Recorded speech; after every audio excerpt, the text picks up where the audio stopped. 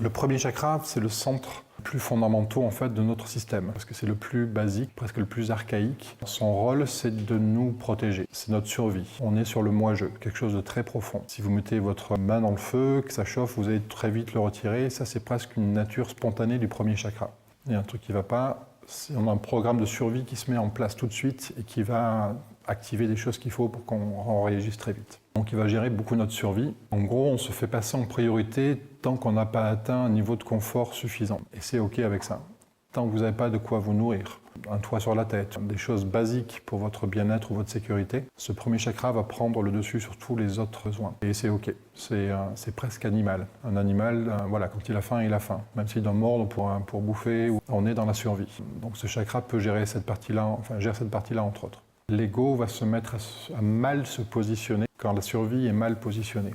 Exemple, quelqu'un sort un couteau ou un revolver et vous braque, vous avez très peur. Un de vos sens premiers, c'est que vous allez peut-être vous battre pour vous défendre, partir en courant, ou ça va générer une action instantanément de survie.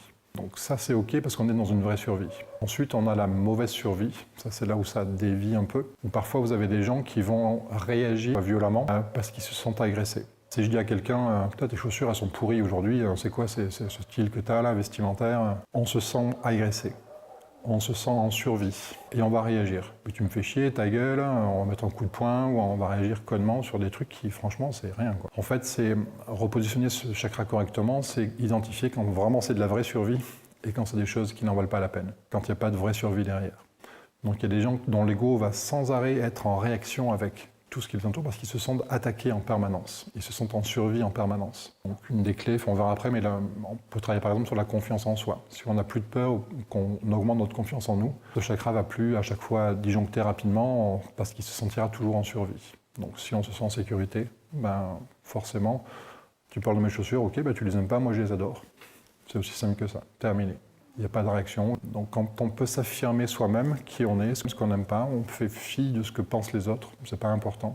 Et donc là, c'est là où on a un ego qui est bien placé.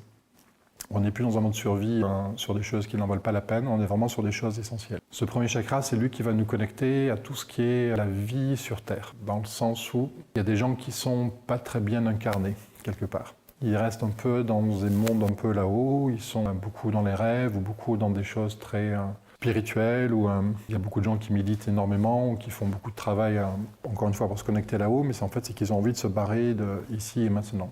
C'est presque un refus d'incarnation. On sent bien qu'on est bien là-haut, c'est qui cuit les petits oiseaux, c'est le monde des bisounours. On se dit, mais qu'est-ce que je me fais chier à être ici, quoi. Et au contraire, des gens qui sont dans la joie de vivre, dans la spontanéité, dans vraiment le bonheur de vivre, ils ont un très bon premier chakra. Ça, c'est vraiment les qualités principales de l'ancrage, comme on l'a vu hier. Donc la joie de vivre, il y a beaucoup de sagesse qui vient de ce chakra, beaucoup de choses très profondes pour avoir vraiment les pieds sur terre.